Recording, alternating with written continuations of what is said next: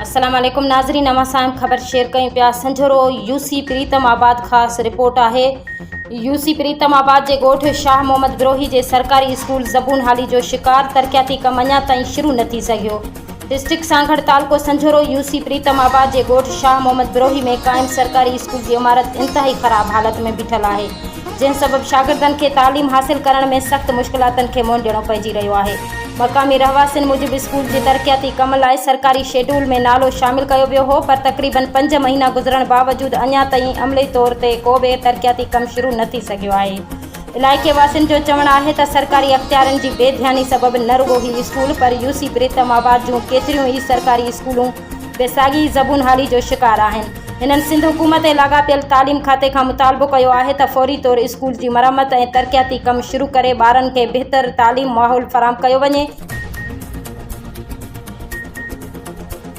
मौजूद आहियूं ॻोठ हाजी शाह मोहम्मद बिरोही के स्कूल में। ही जेको सो स्कूल की बिल्डिंग जेकी आहे सो ही ख़त्म थी चुकी है। असां तव्हांखे लाइव था ॾेखारियूं ऐं ही क्लास में ॿारड़ा वेठा आहिनि। असां तव्हांखे ॾेखारियूं था लाइव तव्हांखे ही स्कूल जा हाल आहिनि। ही नंढड़ा ॿारड़ा आहिनि, ही फर्नीचर भॻो पियो आहे, ही स्कूल जा हाल आहिनि। ही असांखे पाण खे ईंदे हिते डपु थो थिए पियो त ही ॿार कीअं था वञनि। असांजी आला अख्तियारनि खे अपील आहे त बराए महिरबानी हिन स्कूल जो नोटिस वठी हिन मरम्मत कराई वञे।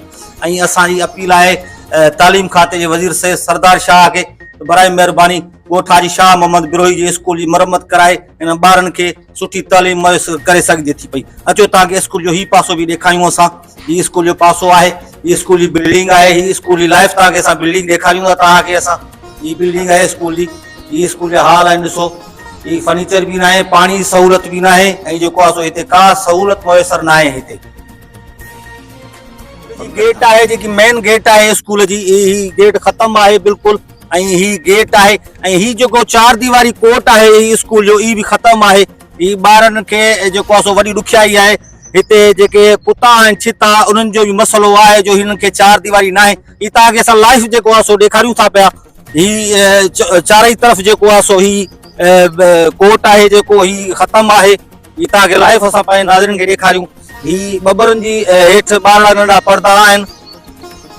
मौजूद आहियूं साईं मास्टर है हिते उस्ताद मोहम्मद यूसुफ बिरोही साहब। असां उनखां मौक़ो वठूं था त कहिड़ियूं ॾुखियायूं आहिनि स्कूल में। साईं अस्सलाम वालेकुम। वालेकुम सलाम। साईं छा मसलो आहे स्कूल जो, छा ॾुखियायूं आहिनि तव्हां वटि? साईं स्कूल में ये स्कूल बिल्डिंग तव्हांजे साम्हूं अचा रोज़ किरनि था ऐं इहो असांखे ख़तरो हूंदो आहे, ॿारनि खे बि ख़तरो हूंदो आहे। ऐं असां जहिड़ो कॾहिं जोखम खणी ते वेठा आहियूं स्कूल में, नंढा मासूम आहिनि। पोइ इहो गवर्नमेंट खे असां पंहिंजे मुतलका ऑफिसरनि ताईं इहो असां पहुचायो, दरख़्वास्त ॾिनियूं आहिनि। DC साहब तां 2 चकर मूं दिक़त में दरख़्वास्त ॾिनी आहे, अर्ज़ु कयो आहे त साईं तव्हां महिरबानी करे ठहिराए ॾियो। हाणे उहो हुननि जो कमु आहे। अच्छा, हिन बिल्डिंग में वेठे तव्हांखे डपु नथो लॻे? ही त सॼी ख़त्म आहे। साईं बाबा रोज़ चापड़ो किरनि था, पोइ असांजे बस में जेकॾहिं हुजे त आउं अॼु ई ठाराए वठां।